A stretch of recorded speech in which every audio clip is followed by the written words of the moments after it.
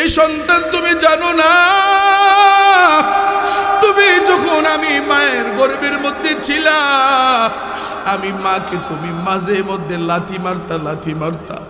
তুমি যখন পেটের মধ্যে থাকি আমার লাথি মারতা, আমি মায়ের কলিজাটা মাঝে মধ্যে ছিঁড়ে যাইতো। কিন্তু সন্তানের লাথি খাওয়ার পর আমি কোনোদিন আমার স্বামীর কাছে, আমি আত্মীয় স্বজনের কাছে আমি কোনোদিন বলি নাই আমার সন্তানের লাথির অপরাধে লাথি খাওয়ার কারণে আমার পেটটা ব্যথা করে, আমার সন্তান লাথি দেওয়ার কারণে আমার বড় কষ্ট হয়, আমি কোনোদিন বলি নাই। তোমার দেওয়া কষ্টটাও আমি তুমি জমিনের মধ্যে আসবা আমি সান্ত্বনা হিসাবে নিয়ে নিছিলাম রে সন্তান। এর সন্তান জানো না, তুমি যখন আমার পেটের মধ্যে, তোমার আব্বা জান যখন আমার কুমিল্লা মেডিকেলে ভর্তি করাইছে রে সন্তান, ভর্তি করানোর পর ডাক্তাররা একটু পর নার্স আইসা ডাক দিয়া কই স্বামীকে তোমার আব্বা জান বলছিল আমি স্বামী। ওই নার্স ডাক দিয়া বলছিল ও স্বামী শোনেন, আপনার তো সমস্যা হয়ে গেছে, আপনার সন্তান পেটের মধ্যে, আপনার স্ত্রীর এখন দুইজন ব্যক্তি, আপনার স্ত্রী একজন, আপনার সন্তান একজন। এখন এমন একটা অসুবিধা হয়ে গেছে, হয় আপনার স্ত্রীরে বাঁচাইতে হবে, না হয় আপনার সন্তানরে বাঁচাইতে হবে। এমন অবস্থা বাংলাদেশে মাঝে মধ্যে হয় না। এবার ডাক্তার নিয়ে আবার ডাক দেয়া কয় ও স্বামী,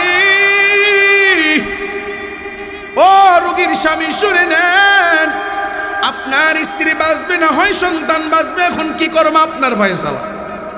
এই বাংলাদেশে যত খবর আমরা শুনলাম, অধিকাংশ স্বামীরা ডাক দিয়া বলছে অসুবিধা নাই, প্রয়োজনে সন্তান গেলে সন্তান পাওয়া যাবে, তোমরা আমার স্ত্রীরে বাঁচায়া দাও, ঠিক কিনা বলে। ওই সিস্টার যখন এবার ঘরের মধ্যে অপারেশন থিয়েটারে যাইয়া এবার চিন্তা করেছিলেন বাচ্চাটারে দুনিয়ার থেকে বিদায় করে দিয়া স্ত্রীরে বাঁচায়া দিবেন। এবার স্ত্রীটা ডাক দিয়া কয় সিস্টার আপা, ও আমার বোন, তুমি আমার ধর্মের বোন, তুমি বলো না আমার স্বামী কি বলছেন। ডাক দিয়া কয় আপনার স্বামী বলছেন আপনারে বাঁচায়া দিতে আর আপনার বাচ্চারে দুনিয়ার থেকে বিদায় করে দিতে। তোমার আম্মা জান সেদিন চোখের পানি পালায়া তোমার ডাক্তার নিয়ে ওই সিস্টারের হাতে পায়ে ধইরা ডাক দিয়ে বলছে আপা, তুমি আমার ধর্মের বোন, তুমি আমার স্বামীর কথা শুনিও না। আমি এই দুনিয়ায় আসার পর আমি দুনিয়ার অনেক নাজ নেয়ামত ভোগ করেছি। এই মা কারে কয়, তোমার মা সেদিন বলছিল আমি দুনিয়ার অনেক নাজ নেয়ামত ভোগ করেছি, আমার নবজাতক সন্তান দুনিয়ার কিছু আলো বাতাস দেখে নাই। ও ডাক্তার নিয়া পা, তুমি আমার সন্তানটারে বাঁচাইয়া তুমি আমারে দুনিয়া থেকে বিদায় করে দাও, তার নাম হলো মা। কেদমতে মা দররূপে দর কুন সুবহ শাম, তাকে বাসি দরদু আলম নেকো নাম। খেদমতে মা দররূপে দর কুন খুতিয়ার, তাকে বাসি দরদু আলম বখতিয়ার। মায়ের খেদমত করার ইচ্ছা আছে না নাই? এ যুবক, যাদের আব্বা আম্মা বেঁচে আছে, আব্বা আম্মা বেঁচে আছেন, ও আব্বা আম্মার সাথে যদি বেয়াদবি করে থাকো, যাই আজকে পাও ধরে মাপ চাইও, ও আব্বা আম্মা ভুল করে ফেলছি, আর কোনোদিন আপনাদেরকে কষ্ট দেব না। আপনার শরীরে কুলায় না, আপনি অবসর থাকেন, আপনারে আমরা খাওয়াবো।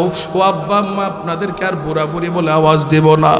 আর কেউ যদি কপাল পোড়া আমার মতো বাবা হারা, বাবা দুনিয়ায় নাই, কলিজার টুকরা আম্মা জান দুনিয়ায় নাই, ওই আব্বা আম্মার কবরের পাশে যাইয়া তাদের মাগফিরাতের জন্য আল্লাহর কাছে দোয়া করিও, আর কবরের পাশে দাঁড়াইয়া তাদের কাছে একটু ক্ষমা চাইও।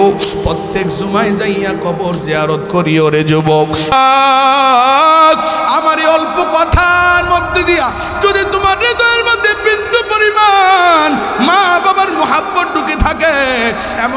কে আছো যাদের মা বাবা নাই, প্রত্যেক জুমায় না পারলে মাসে একবার হলেও মা বাবার কবর জিয়ারত করবা। আর যাদের মা বাবা বেঁচে আছে তাদের কাছে ক্ষমা চাইয়া সামনে আর কোনোদিন আব্বা আম্মার সাথে বেয়াদবি করবা না। এমন কারা কারা শুধুটা হাত আমার মাওলারে দেখা দাও। নারাই তাকবীর, নারাই তাকবীর। আল কোরআনের আলম, আল হাদিসের আলম।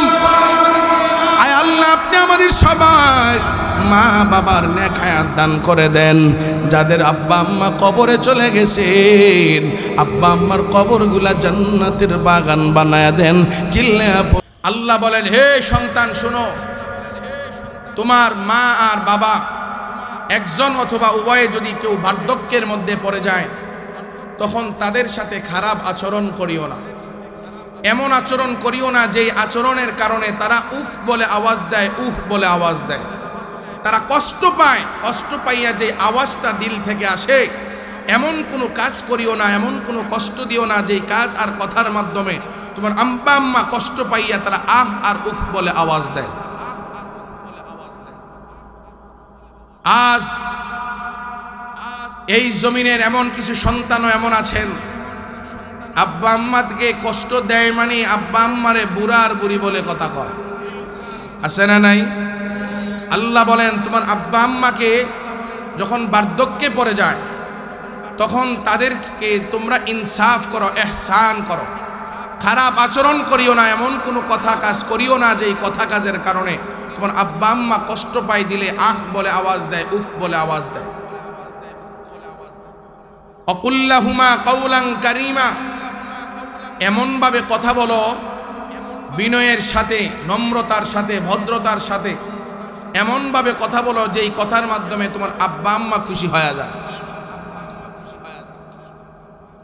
হাদিসের মধ্যে রাসূল করিম সাল্লাল্লাহু আলাইহি ওয়াসাল্লাম বলেন, এই টাকা খরচ করে বাইতুল্লাহ যাও, শুনে নাও, রাসূল বলেন কেউ যদি নেক নজরে আব্বা আম্মার চেহারার দিকে তাকায়, কবুল উমরা হজের সওয়াব তার আমলনামায় আল্লাহ দান করে দেয়। ভাই আমার কথা বলতে কষ্ট হয়, সাউন্ড পাচ্ছি না। কবুল উমরা হজের সওয়াব আল্লাহ তার আমলনামায় দান করে দেয়। আমি আপনি বাইতুল্লাহ জিয়ারত করলাম, কবুল হলো কিনা কোনো গ্যারান্টি আছে? কিন্তু কবুল হওয়া উমরার সওয়াব আল্লাহ বান্দার আমলনামায় দান করে দেয়। শুধু তাই না, আল্লাহ কি বলেন, আখফিদ লাহুমা জানাহাযুল্লি মিনার রাহমাহ, তোমার বিনয়ের ডানা পাখাগুলি তুমি তোমার আব্বা আম্মার সামনে বিছায়া দাও।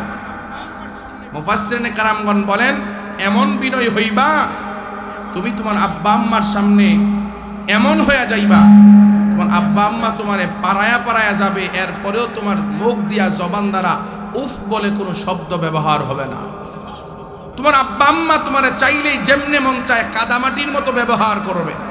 কাদামাটিরে ডানে করলে ডানে যায়, বামে করলে বামে যায়, চিপ দিলে নুয়া যায়। ও মুসলমান, সন্তানদেরকে ডেকে আল্লাহ বলেন, সন্তান তোমার আব্বা আম্মার সামনে তুমি কাদামাটির মতো হয়ে যাও, তোমার আব্বা আম্মা তোমার যেমনেই চালাইতে মন চায় এমনেই চলো, এটাই তোমার জন্য কামিয়াবির পথ, এটাই সফল পথ, এটাই সফল পথ। আজ যুবকেরা বুঝে না, বুঝে না, আব্বা আম্মারে কষ্ট দেয়, বুড়া কয়, বুড়ি কয়। তবে মুসলমান ভাইয়েরা আমার পূর্বে হয়তো হযরত কথা বলেছেন যুবকদের উদ্দেশ্যে, তবে আরেকটু না বললেই নয়। আজকে যে সমস্ত আব্বা আম্মারা বৃদ্ধাশ্রমে গিয়া চোখের পানি ফালায়, যে সমস্ত আব্বা আম্মাদেরকে ছেলে মেয়ে ভাত দেয় না, আমি মনে করি আপনার কর্মের ফল। কারণ হলো আপনার সন্তান ভূমিষ্ঠ হওয়ার পরে কোরআন সুন্নাহ অনুযায়ী যেভাবে আপনার সন্তানকে বড় বানানোর কথা আপনি তেমনি বানান নাই। কারণ কোরআন সুন্নাহ শরিয়া মোতাবেক যদি আপনার সন্তানকে আপনি বড় বানাইতেন, খবর নিয়ে দেখেন, তাকায়া দেখেন বাংলাদেশের কয়টা আব্বা আম্মা আছে বৃদ্ধাশ্রমে, যার সন্তান ইমাম, যার সন্তান বক্তা, যার সন্তান ওয়াইজিন, যার সন্তান মসজিদের ইমাম, যার সন্তান মসজিদের মুয়াজ্জিন, যার সন্তান মসজিদের খাদেম, দিনী শিক্ষায় কেউ যদি শিক্ষিত করতে পারে, সন্তানকে যদি শরিয়া মোতাবেক বড় বানাইতে পারে, সন্তান 5,000 টাকা কামাই করে, এরপরেও আব্বা আম্মারে নিয়ে খায়, যা খায় তাই খাওয়ায়, যা পড়ে তাই পড়ায়, আব্বা আম্মারে কষ্ট করে লালন পালন করে, এরপরেও সন্তান বৃদ্ধাশ্রমে দেয় না।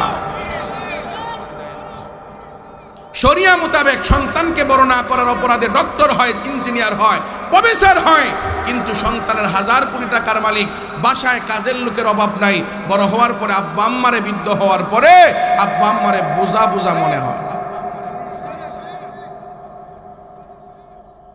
এদেশের যুবকেরা যে আব্বা আম্মার টাকা বেশি দেখে তাদেরকে বেশি আদর আর মোহাব্বত করে। দেখবেন যে আব্বা আম্মার টাকা পয়সা কম, ভাই এটা কোনো কথা হইল? যে আব্বা আম্মার টাকা পয়সা কম, ওই আব্বা আম্মা, যে আব্বা আম্মার ইন্তেকালের পর সম্পদ পাবে না, অথবা বেঁচে থাকতে আব্বা আম্মা এখন আর কামাই রুজি নাই, বাবা মা থেকে সন্তান এখন আগের মতো আর কোনো ধরনের উপকার পায় না, ওই আব্বা আম্মাকে সন্তান এখন দাম দিতে চায় না। ও মুসলমান ভাইয়েরা আমার, আমি আপনাদের সামনে এখন বয়ান করি, আল্লাহর জাতু সিফাতের কসম করে বলি, আমি এলেমের জোরে বয়ান করি না, আমি আমলের জোরে বয়ান করি না, আল্লাহর কসম করে বলি, আমি আমার উস্তাদদের নেক নজর আর আমার আব্বা আম্মার চোখের পানি ছাড়া আর কিছুই না। ওরে কুমিল্লার মুসলমান, আমার বাড়িও কুমিল্লা, আমার বাড়ি কোনো দূরে না, আমি থাকি নারায়ণগঞ্জ, আমার বাড়ি হলো কুমিল্লার দেবিদ্বার। আমি দাওরায়ে হাদিস করেছি ওই বদরপুর মাদ্রাসা থেকে, শাইখুল হাদিস আল্লামা শাহ ইলিয়াস সিদ্দিকী জমিরি আমার উস্তাদ। ও কুমিল্লার যুবক, আপনাদের দোয়ায় গোটা বাংলাদেশে আল্লাহ তাআলা ঘুরায়, এটা আমার ইলমের জোরে না, আমলের জোরে না, আব্বা আম্মার দোয়া।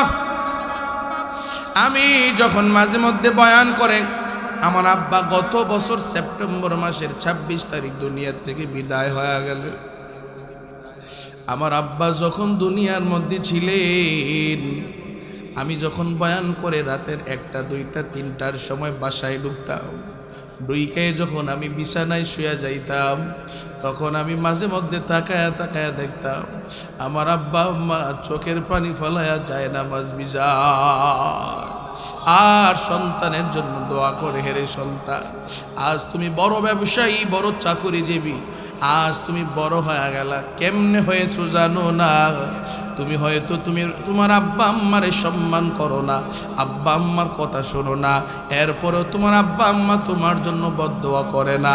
তুমি যখন চাকরির ইন্টারভিউ দিতে কাগজপত্র নিয়ে যাও, তুমি যখন ব্যবসা করতে সকালবেলা বের হও, তুমি যখন প্রবাস যাওয়ার জন্য রওনা দিয়ে দাও, তোমার শাশুড়ির কাছে বলো, তোমার শ্বশুরের কাছে বলো, তোমার বিবির কাছে বলো, শালির কাছে বলো, কিন্তু তোমার আব্বা আম্মার কাছে ভালো করে তুমি বলো না, দূর থেকে বলো আব্বা আম্মা চলে যাই দোয়া কইরেন।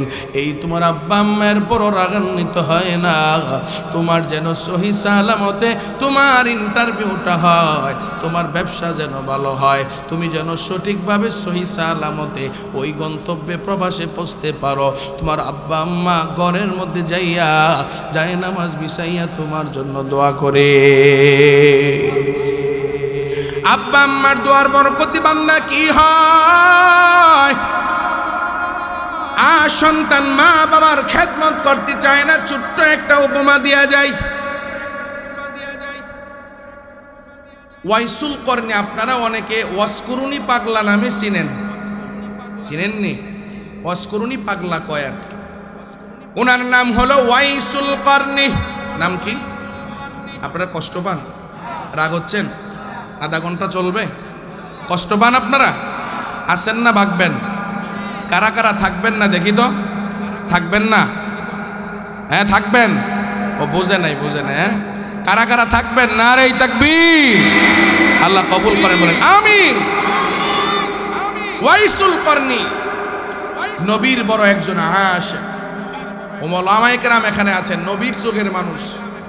বলেন, বুঝে থাকলে জবাব দেন, ওয়াইসুল করনি কার যুগের মানুষ? আচ্ছা, আপনারা সহজে বুঝবেন, নবীর যুগে যারা ঈমান আনছে, বলেন নবীর যুগে যারা, আর নবীর যারা দেখছে তারা কি? সাহাবী। মাশাআল্লাহ, তারা কি? সাহাবী। কিন্তু ওয়াইসুল করনি নবীর যুগের মানুষ, কিন্তু সাহাবী না। নবীরে কেন দেখে নাই? কারণ কি? নবীর যুগের মানুষ। বলেন, পৃথিবীর কোথায় যাওয়া যাবে না? বলেন, কোন দেশে যাওয়া যাবে না? কিন্তু এরপরেও নবীর যুগের মানুষ হওয়ার পরে নবীরে কেন দেখলেন না? কারণটা কি? ওয়াইসুল করনি নবীর যুগের মানুষ।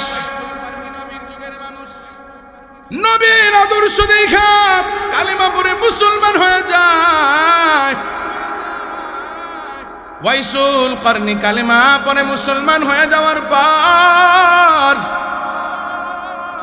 হঠাৎ করে নবীর প্রেম হৃদয়ের মধ্যে জাগছে।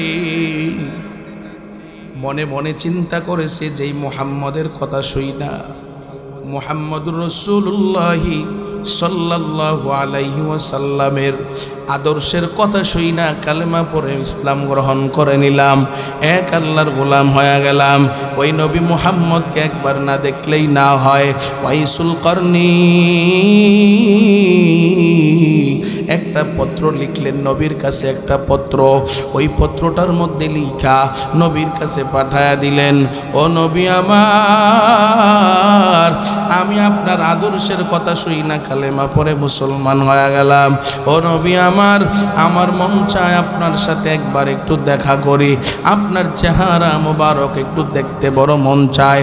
ও নবী আমার পত্রটার মধ্যে আমি লিখে দিলাম, আল্লাহু আকবার কবীর। ও নবী আমার পত্রটা হলো, আমি আমার দিল চায় আপনার চেহারা মোবারক দেখতে, কিন্তু আমার ঘরের মধ্যে আমার আপন বৃদ্ধা মা, আমার বৃদ্ধা মায়ের কারণে আমি আপনাকে দেখতে যাইতে পারি না। আমার মা বিছানার মধ্যে পসরা পায়খানা করে নিজের কাপড় নিজে পাল্টাইতে পারে না, নিজের কাপড় নিজে ধুইতে পারে না। একাকী সাহায্যে, কারো সাহায্য ছাড়া, আমার সাহায্য ছাড়া বাথরুমে যাইতে পারে না। ও নবী আমার, আপনার কাছে পরামর্শ হলো, আমি কি আমার মারে ফালাইয়া আপনার সাথে দেখা করতে আসবো নাকি আমি আমার মায়ের সেবা করব? এই পত্র লিখে একজন বার্তাবাহকের মাধ্যমে নবীর কাছে পাঠায়া দিলেন। আল্লাহু আকবার কবীর। নবী এই পত্রটা পাওয়ার পর এবার নবী পত্রটা পইরা চোখের পানি ঝরাইয়া কান্না করে দিলেন। আর পত্রের একটা উল্টা বার্তাবাহকের মাধ্যমে একটা চিঠি আল্লাহু আকবার ওয়াইসুল করনির কাছে পাঠায়া দিলেন। ওয়াইসুল করনি রে, ও ওয়াইসুল করনি, আমি নবীরে দেখতে বড় মন চাই, আমি নবীরে দেখতে বড় মন চাই। আপন মা ঘরের মধ্যে বিদ্যা হয়ে গেছে, ওই বিদ্যা মার সেবা করার জন্য তুমি আসতে পারো না। ও ওয়াইসুল করনি, শুনে নাও। নবীরে ডাক দিয়া বলছে, ওয়াইসুল করনি, আপনি আপনার পরামর্শ চাই, আপনি যা বলবেন আমি তাই শুনবো। নবী ডাক দিয়া কয়, হে ওয়াইসুল করনি। পত্র লিখে পাঠায়া দিলেন, ওয়াইসুল করনি, বেঁচে থাকলে আমার সাথে দেখা হবে, তবে তুমি আমার সাথে এখন দেখা করার প্রয়োজন নাই। আমি নবী মনে করি, আমি নবীর সাথে দেখা করার চেয়েও তুমি তোমার মায়ের খেদমত করার দাম অনেক বেশি। मोहम्मद अरबी हैवा नबी रास्ते पे शुआ, मोहम्मद अरबी हैवा नबी रास्ते पे शुआ। आलम हुआ उससे पैदा उससे उजाला, आलम हुआ उससे पैदा उससे उजाला। शफीउल उमम हमारा नबी रोज़ क़ियामत, शाफ़ाअत करेगा अल्लाह के पास गुनाहगार उम्मत, शाफ़ाअत करेगा अल्लाह के पास गुनाहगार उम्मत। ओ कुमिल्ला एलाकार जुबान, নবী জানায় দেন আমি নবীর সাথে সাক্ষাতের চেয়ে তুমি তোমার মায়ের সেবা করা বড় গুরুত্ব। এরে যুবক, আমি আমার তোমার মায়ের খেদমত করতে চাই না, বাবার খেদমত করতে চাই না। আব্বা আম্মারে বুঝা মনে করো, বুঝা মনে করো, বাবার দরবারে দৌড়ারে যুবক। আপন আব্বা আম্মারে একবার আব্বা কয় না, বছরে 10 বার আম্মা কয় না। আর ওই দরবারের আব্বারে আব্বারে এ 12 বার 1000 বার আব্বা বলে ডাকে। আপন আব্বা আম্মারে বছরে কুরবানি ছাড়া 1 কেজি গোশত কিনা খাওয়ায় না, বাবার দরবারে ঋণ কইরা গরু নিয়ে যায়। আছে না নয়? তোর মতো নিমুখ হারাম আসমানের নিচে জমিনের উপর একজনও নাই। আপন মা বাবার 1 কেজি ফল কিনা খাওয়ায় না, আছে না নাই? শ্বশুর শাশুড়ির বাড়িতে যাওয়ার সময় 2 হাতের ফল ধরে না, ঠিক কিনা বলেন? এ কুমিল্লার মানুষ, তোমার আব্বা আম্মা কত আপন। বয়ানটা মিডিয়ায় চলে যাবে, একবার ভাবছিলাম বলবো না, আরেকবার ভাবলাম না বলেও পারলাম না। তোমার আব্বা আম্মা কত আপন জানুনি? আমি এই যে বয়ান করতেছি, আজকে মনে করতেছি যে আমি যাওয়ার সময় শ্বশুর বাড়ি যাব, ভাবতেছি আর কি। আগামীকালকে আমার কুমিল্লা মাহফিল, একটা জাফরগঞ্জ আর একটা পান্তি, তো ভাবতেছি আজকে শ্বশুর বাড়ি যাব। এই গত কয়েক বছর, 3 বছর হলো বিয়ে করলাম। বয়ান করে বয়ানের সিজনে অনেক সময়, প্রায় সময় এমন হয় শ্বশুর বাড়ি গেলাম। আল্লাহর কসম করে বলি, যতদিন বয়ান করে শ্বশুর বাড়ি গেছি, আল্লাহর কসম করে বলি কোনোদিন আমার শ্বশুর আর শাশুড়ি রাতের 2টা 3টা দেখে আমি ঢুকছি, হয়তো সজাগ পায় নাই, না হয় ঘুমায়া গেছে। আল্লাহু আকবার কাবীরা।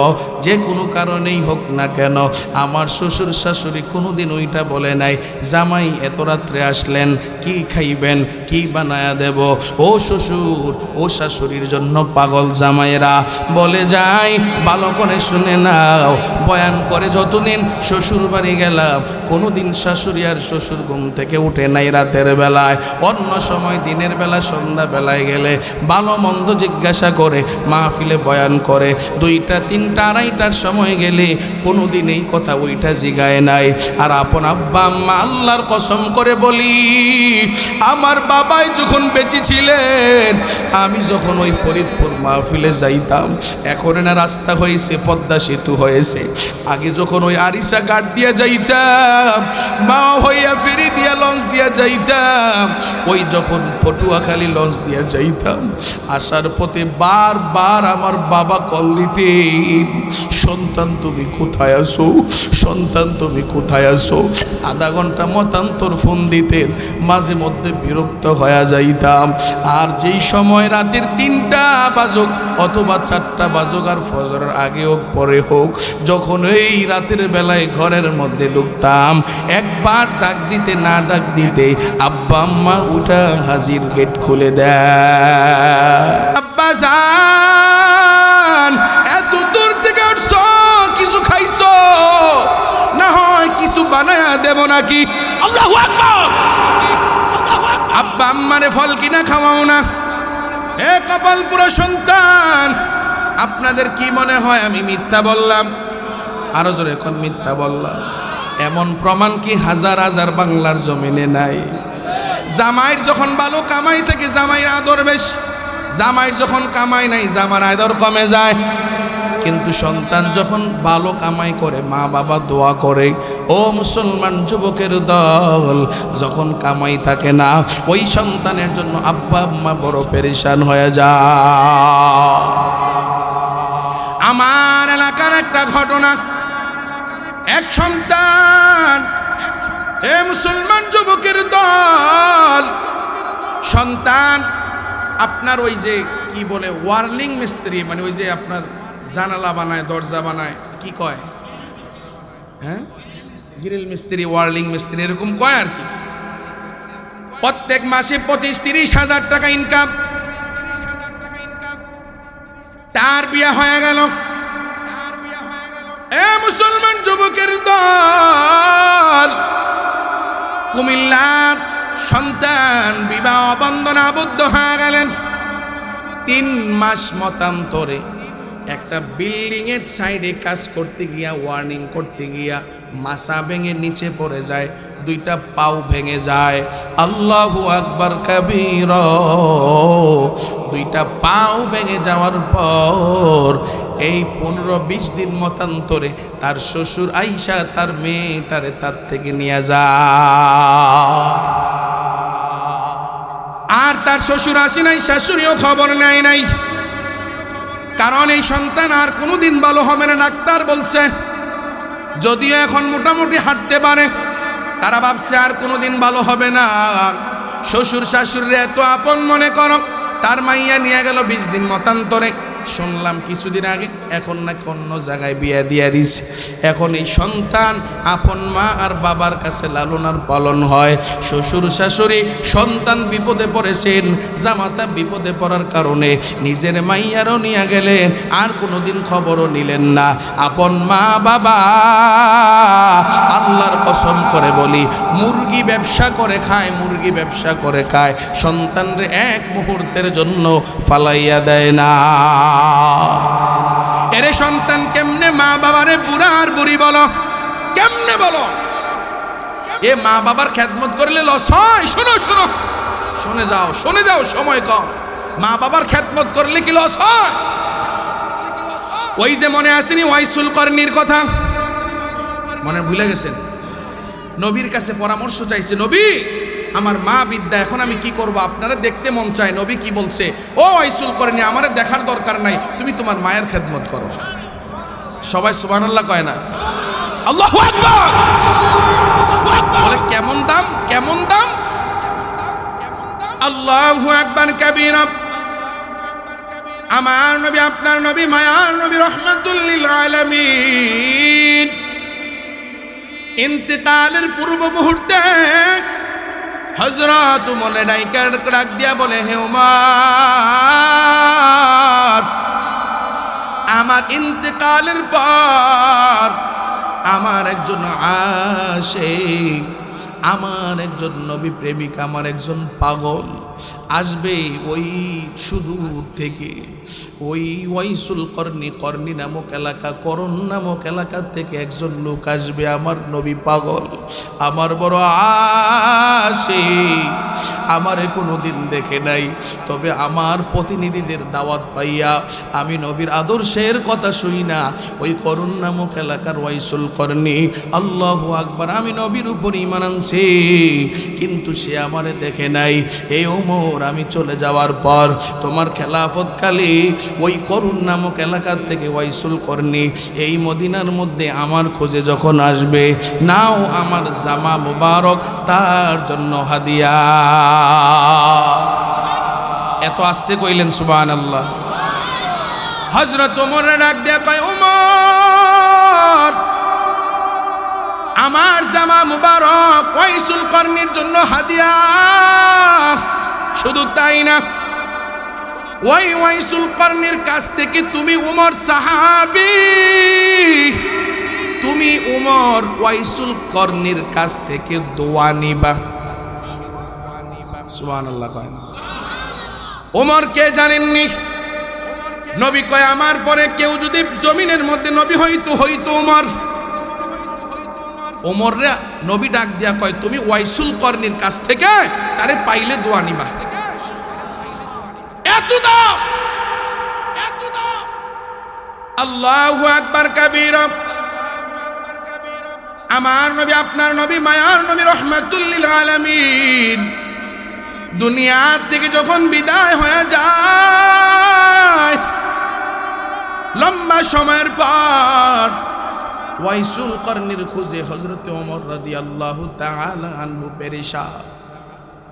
ওই করুণ নামক এলাকা থেকে যদি কোনো কাফেলা এই মদিনার জমিনে আসে, হযরত ওমর কাউরে পাঠায় না, দৌড়াইয়া নিচে যাইয়া কয়, এ আপনারা কোন জায়গা থেকে আসছেন? করুণ নামক এলাকা থেকে আসছে। আপনাদের মধ্যে ওয়াইসুল করনি নামে কেউ আসেনি? ওয়াইসুল করনি নামে কেউ আসেনি? নাই নাই নাই। আবার কিছুদিন পর ওমর যখন শুনতে পায় ওই করুন নামক এলাকা থেকে একটা দল মদিনার মধ্যে ঢুকছে। হযরত ওমর কাউরে পাঠায় না, দৌড়াইয়া নিজে যায় কয় আপনারা কি করুন নামক এলাকা থেকে আসছেন? আপনাদের মধ্যে কেউ ওয়াইসুল করনি নামে এমন কোনো ব্যক্তি আসেনি? নাই নাই নাই। এইভাবে করে করে লম্বা সময় পাড়ি দেওয়ার পর হঠাৎ করে একদিন যখন করুন নামক এলাকা থেকে একটা কাফেলা যখন মদিনার মধ্যে ঢুকছে, হযরত ওমর দৌড়াইয়া যাইয়া ডাক দিয়া কয়ে করুন নামক এলাকা থেকে কি আপনারা আসছেন? বলে হা আমরা আসছি। এই এখানে ওয়াইসুল করনি নামে কেউ আসেনি। দাঁড়াইয়া ওয়াইসুল করনি ডাক দিয়া কয় আমি তো ওয়াইসুল করনি। হযরত উমর ওয়াইসুল করনির সামনে আসতে না বইলা হযরত ওমর নিজে ওয়াইসুল করনির কাছে দৌড়াইয়া চলে যায়। ওয়াইসুল করনির কাছে যাইয়া বুকের সাথে বুকটা মিলায়া ডাক দিয়ে কই ওয়াইসুল করনি গো, আপনি আমার জন্য একটু দোয়া করে দেন। ওয়াইসুল করনি ডাক দিয়া কয় আপনার পরিচয় কি, বাড়ি কই, কে আপনি? ওয়াইসুল করনির প্রশ্নের জবাব দিয়া খলিফাতুল মুসলিমিন হযরত ওমর রাদিয়াল্লাহু তাআলা আনহু ডাক দিয়া কয় আমি হলাম বর্তমান খলিফাতুল মুসলিমিন হযরত ওমর। ওয়াইসুল করনি ডাক দিয়া কয় ও খলিফাতুল মুসলিমিন, নবী বলছেন নবীর পরে কেউ যদি নবী হইতো আপনি ওমর হইতেন। আপনি ওমর হওয়ার পরে আপনি একজন শাসক খলিফাতুল মুসলিমিন, আপনি নবী হওয়ার মতো যোগ্যতা রাখেন। আপনি ওমর আমার কাছে দোয়া চান, ব্যাপারটা বুঝলাম না। হযরত ওমর ডাক দিয়া কয় ওয়াইসুল করনি নিজের দাম এখনো বুঝতে পারো না, নিজের মায়ের খেদমত করতে গিয়া নবীর চেহারা মুবারক দেখতে পারো নাই। এ ওয়াইসুল করনি রে, আল্লাহু আকবার কাবীরা, আমি তোমার কাছে এমনি এমনি দোয়া চাই নাই। আমার নবী জানায়া গেছেন তোমারে আমি যদি কোনোদিন পাই আমি ওমর যেন তোমার থেকে দোয়া নেই। আল্লাহু আকবার।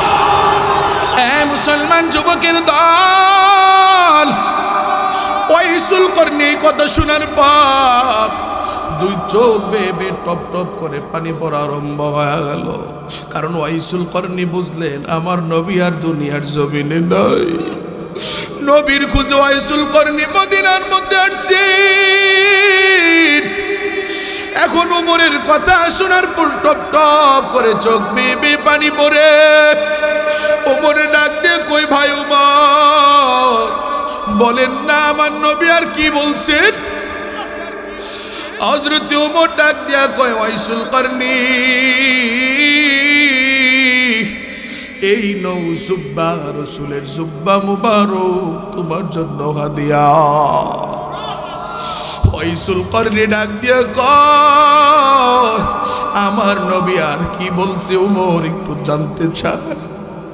হযরত ওমর ডাক দিয়া কয় নবী সুসংবাদ জানায়া দিছে, আপনি নবীর যুগের মানুষ কিন্তু নবীরে দেখতে পারেন নাই, সাহাবী হইতে পারেন নাই, তবে আপনার জন্য সুসংবাদ সাহাবীরা নবীর সাথে যেই জান্নাতে থাকবে আপনার জন্য সুসংবাদ। আপনি মায়ের খেদমতের কারণে আল্লাহর নবী বলে গেলেন সাহাবীদের সাথে আপনার জান্নাত। খেদমতে মা দর পে দর কুন সুবহ শাম তাকে বাসি দরুদ আলম নেকো নাম। খেদমতে মা দর পে দর কুন খুতিয়ার তাকে বাসি দরুদ আলম বখতিয়ার। এ মায়ের দোয়া কি হওয়া যায় জানো?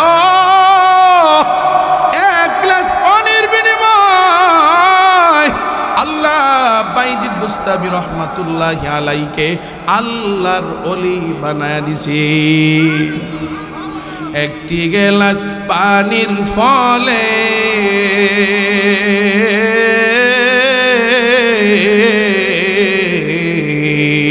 বাইজিদেরই কুলে তুলে, একটি গ্লাস পানির ফলে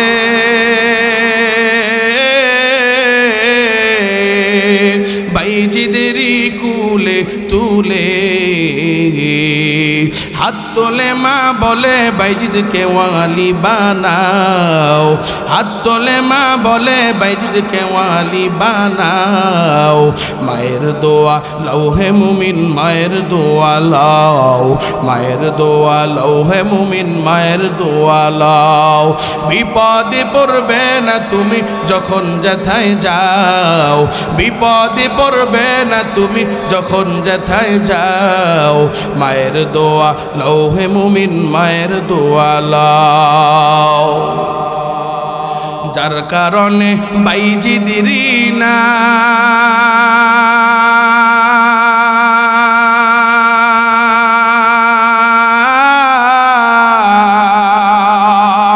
চড়িয়েছে বিশ্ব ভুবন যার কারণে বাইজিদের না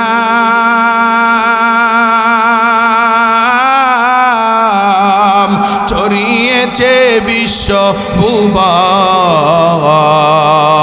ছোট্ট শিশু বাইজিদের মতো সবাই হও ছোট্ট শিশু বাইজিদের মতো সবাই হও মায়ের দোয়া লও হে মুমিন মায়ের দোয়া লও বিপদে পড়বে না তুমি যখন যেথায় যাও বিপদে পড়বে না তুমি যখন যেথায় যাও মায়ের দোয়া লও হে মুমিন মায়ের দোয়া লও যাহা কিছু হও না কেনে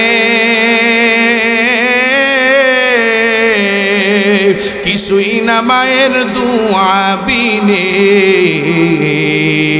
যাহা কিছু হও না কেনে কিছুই না মায়ের দোয়া বিনে ঠিক কিনা বলেন বাস্তবে না বুইজা মনে কইর না যে ফাও বাস্তবে না বুইজা মনে কইর না যে ফাও মায়ের দোয়া লও হে মুমিন মায়ের দোয়া লও মায়ের দোয়া লও হে মুমিন মায়ের দোয়া লও বিপদে পড়বে না তুমি যখন যেথায় যাও বিপদে পড়বে না তুমি যখন যেথায় যাও মায়ের দোয়া লও হে মুমিন মায়ের দোয়া লও খেদমতে মাম দরবে দর কুন সুবহ শাম তাকে বাসি দরুদ আলম নেকো নাম খেদমতে মা দরবে দর কুন খুতিয়ার তাকে বাসি দরুদ আলম বখতিয়ার এ কুমিল্লা এলাকার যুবক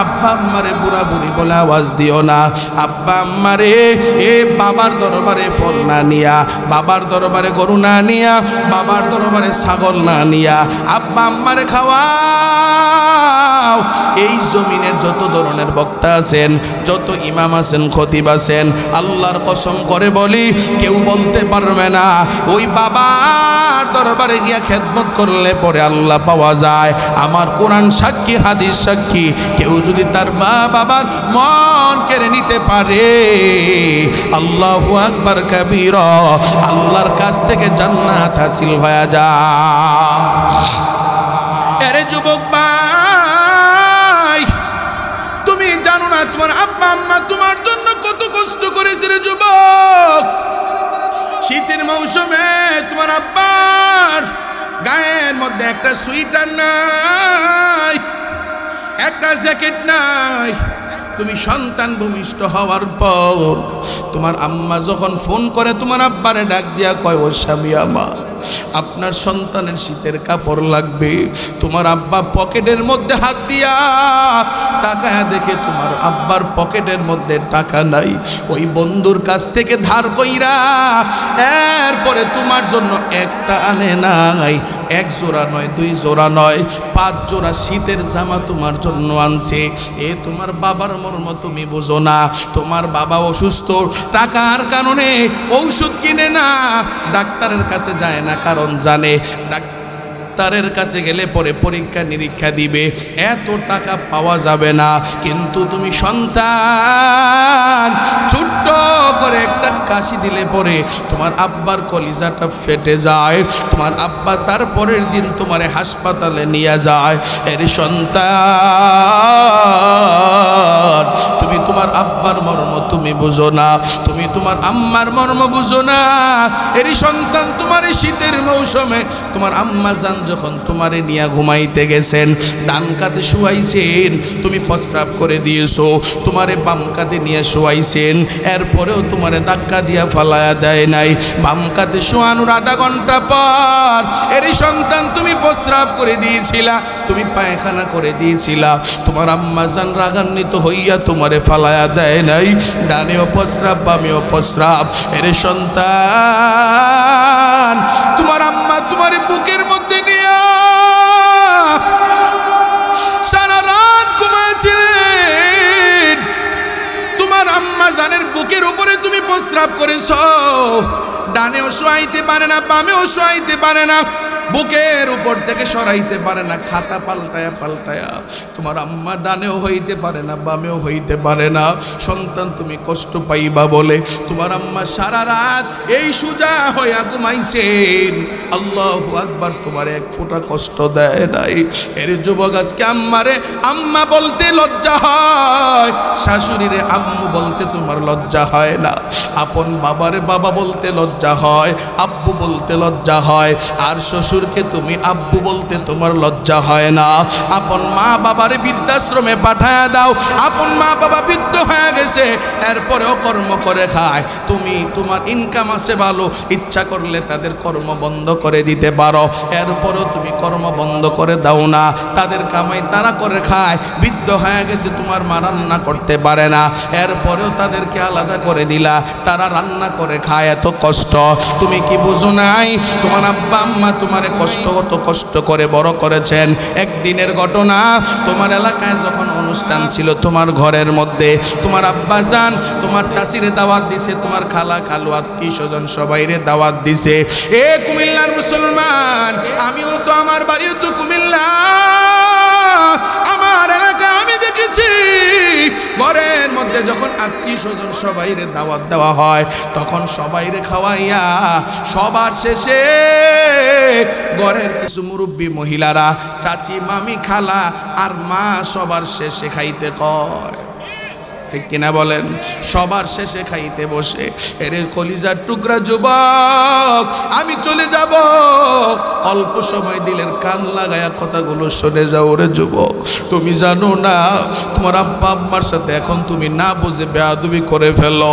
এর যুবক, তোমার আম্মা আত্মীয় স্বজন তোমার আব্বা যখন দাওয়াত দেয়, তোমার আম্মা যান রাতের 4টার সময় উঠিয়া তোমার আত্মীয় স্বজন সবালের জন্য যখন খানার আয়োজন করে, সকালের নাস্তা বানায়া যখন রেডি করে দেয়, তোমার আম্মা চুলার ধারে ওই ফজরের আগে গেছে, আল্লাহু আকবার কাবীরা, আবার দুপুরের জন্য রান্না বান্না কমপ্লিট করতেছেন, সকালের নাস্তাটাও খাইতে পারে নাই, একজনে ডাক দিয়ে এক পুটু মুড়ি দিছে, ও ভাবি নাও এই মুড়িগুলো খাও, তুমি কি চুলার থেকে উঠবা না? ডাক দিয়া কয়, ও ননদ, ও বোন, ও আত্মীয় স্বজন, আমি যদি এখান থেকে উঠে যাই রান্না বান্না কে করবে?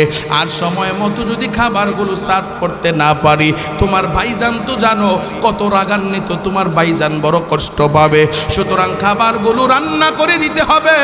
তোমার আম্মা জান ওই ভোর 4টার সময় ওইটা যখন রান্না বান্না করে, সকালের নাস্তাটাও খায় নাই, এবার রান্না করতে করতে 12টা 1টা বেজে যায়।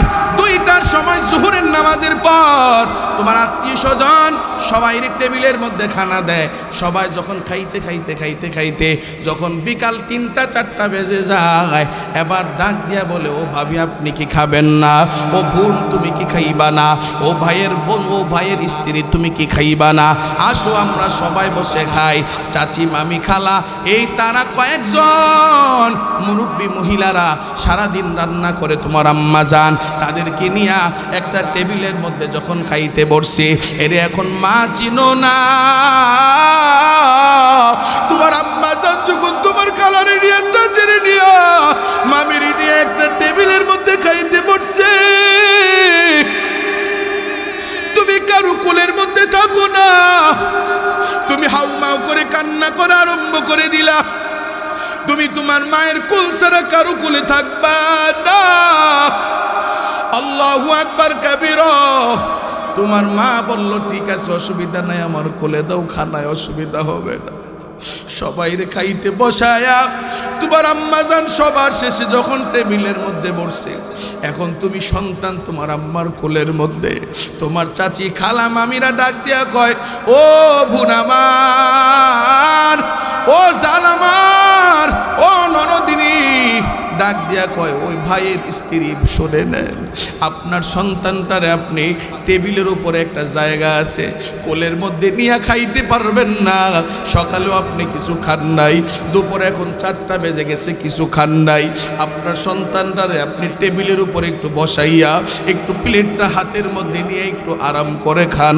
সবার কথা শুনে তোমার আম্মা, ও নবজাতক সন্তান, তোমারে যখন টেবিলের উপরে রাখলেন, তখন টেবিলের উপরে রাখতে দেরি হয়, তোমার খালা তোমার চাচি মামি নলাটা মুখের মধ্যে দিয়ে যখন একটু চাবান দেয়, পেটের মধ্যে ভাত চলে যায়। তোমার আম্মা জান সারাদিন ক্ষুধার্ত অবস্থা, এখনো পর্যন্ত লোকমাটা মুখে দিতে পারে নাই। লোকমাটা মুখে দেওয়ার আগে তুমি ওই টেবিলের উপরে পায়খানা করে দিয়েছিলা, প্রস্রাব করে দিয়েছিলা। তোমার এই দুর্গন্ধের কারণে তোমার মামি তোমার প্লেটটা নিয়ে অন্য রুমে চলে যায়, তোমার খালা প্লেটটা নিয়ে অন্য রুমে চলে যায়, তোমার চাচি প্লেটটা নিয়ে অন্য রুমে চলে যায়। সবাই টেবিল ত্যাগ করে ফেললো, তোমার আম্মা জান একটা লুকমাও মুখের মধ্যে দিতে পারে নাই।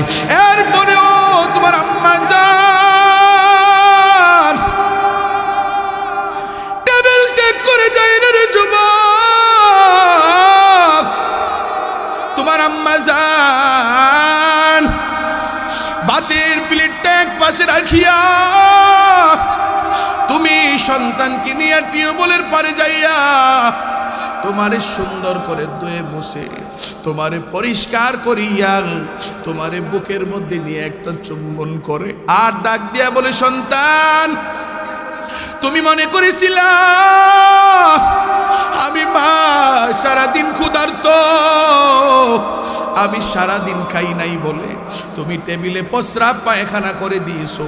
এখন এই প্রস্রাব পায়খানা দেখে তোমার মামি খালা নানিরা সবাই উঠে গেল, আমিও মনে হয় উঠে যাব। আমি ক্ষুধার যন্ত্রণায় মনে হয় তোমারে আমি কষ্ট দেব, আমি মনে হয় তোমারে মারবো না রে যুবক। ও আমার সন্তান না, আজকে আমি 6 ঘন্টা খানা খাই নাই, এজন্য আমার আজকে এত কষ্ট হয় না।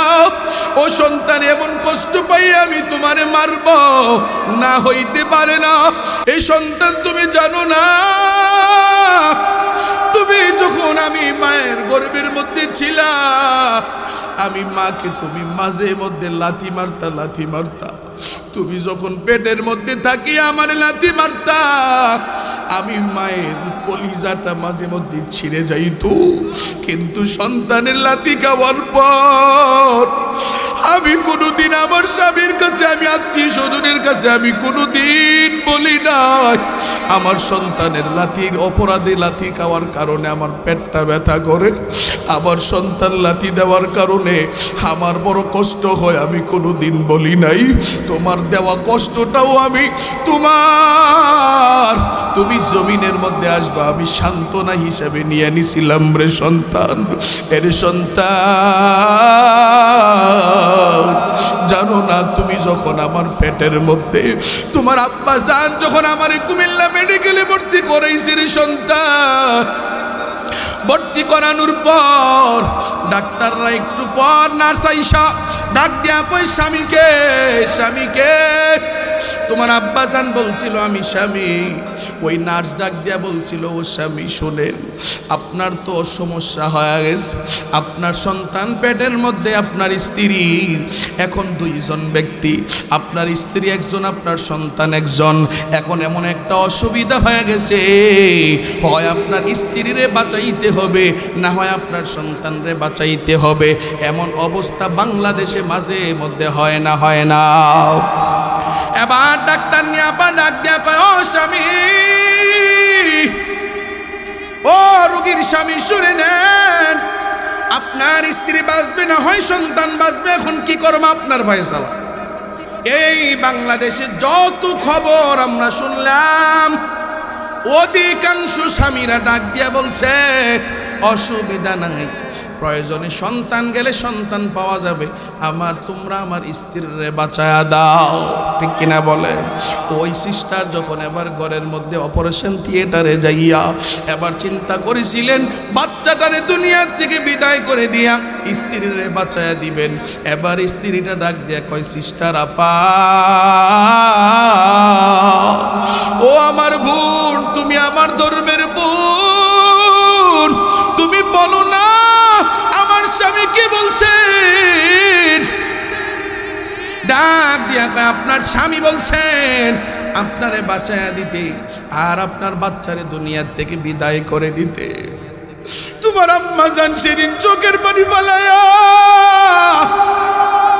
তোমার ডাক্তার নিয়ে ওই সিস্টারের হাতে পায়ে ধইরা ডাক দিয়ে বলছে, আপা তুমি আমার ধর্মের বোন, তুমি আমার স্বামীর কথা শুনিও না। আমি এই দুনিয়ায় আসার পর আমি দুনিয়ার অনেক নাজ নেয়ামত ভোগ করেছি। এই মা কারে কয়? তোমার মা সেদিন বলছিল আমি দুনিয়ার অনেক নাজ নেয়ামত ভোগ করেছি, আমার নবজাতক সন্তান দুনিয়ার কিছু আলো বাতাস দেখে নাই। ও ডাক্তার নিয়া পা, তুমি আমার সন্তানটারে বাঁচাইয়া তুমি আমারে দুনিয়া থেকে বিদায় করে দাও, তার নাম হলো মা। কেদমতে মা দররূপে দর কুন সুবহ শাম, তাকে বাসি দরদু আলম নেকো নাম। খেদমতে মা দররূপে দর কুন খুতিয়ার, তাকে বাসি দরদু আলম বখতিয়ার। মায়ের খেদমত করার ইচ্ছা আছে না নাই? এ যুবক, যাদের আব্বা আম্মা বেঁচে আছে, আব্বা আম্মা বেঁচে আছেন, ও আব্বা আম্মার সাথে যদি বেয়াদবি করে থাকো, যাই আজকে পাও ধরে মাপ চাইও, ও আব্বা আম্মা ভুল করে ফেলছি, আর কোনোদিন আপনাদেরকে কষ্ট দেব না। আপনার শরীরে কুলায় না, আপনি অবসর থাকেন, আপনারে আমরা খাওয়াবো। ও আব্বা আম্মা আপনাদেরকে আর বুড়া বুড়ি বলে আওয়াজ দেব না। আর কেউ যদি কপাল পোড়া আমার মতো বাবা হারা, বাবা দুনিয়ায় নাই, কলিজার টুকরা আম্মা জান দুনিয়ায় নাই, ওই আব্বা আম্মার কবরের পাশে যাইয়া তাদের মাগফিরাতের জন্য আল্লাহর কাছে দোয়া করিও, আর কবরের পাশে দাঁড়াইয়া তাদের কাছে একটু ক্ষমা চাইও। প্রত্যেক জুমায় যাইয়া কবর জিয়ারত করিও রে যুবক। আমার এই অল্প কথার মধ্যে দিয়া যদি তোমার হৃদয়ের মধ্যে বিন্দু পরিমাণ মা বাবার মুহাব্বত ঢুকে থাকে, এমন কে কে আছো যাদের মা বাবা নাই, প্রত্যেক জুমায় না পারলে মাসে একবার হলেও মা বাবার কবর জিয়ারত করবা। আর যাদের মা বাবা বেঁচে আছে তাদের কাছে ক্ষমা চাইয়া সামনে আর কোনোদিন আব্বা আম্মার সাথে বেয়াদবি করবা না। এমন কারা কারা শুধুটা হাত আমার মাওলারে দেখা দাও। নারাই তাকবীর, নারাই তাকবীর। আল কোরআনের আলম, আল হাদিসের আলম। আয় আল্লাহ, আপনি আমাদের সবাই মা বাবার নেক হায়াত দান করে দেন। যাদের আব্বা আম্মা কবরে চলে গেছেন, আব্বা আম্মার কবরগুলা জান্নাতের বাগান বানায়া দেন। চিল্লা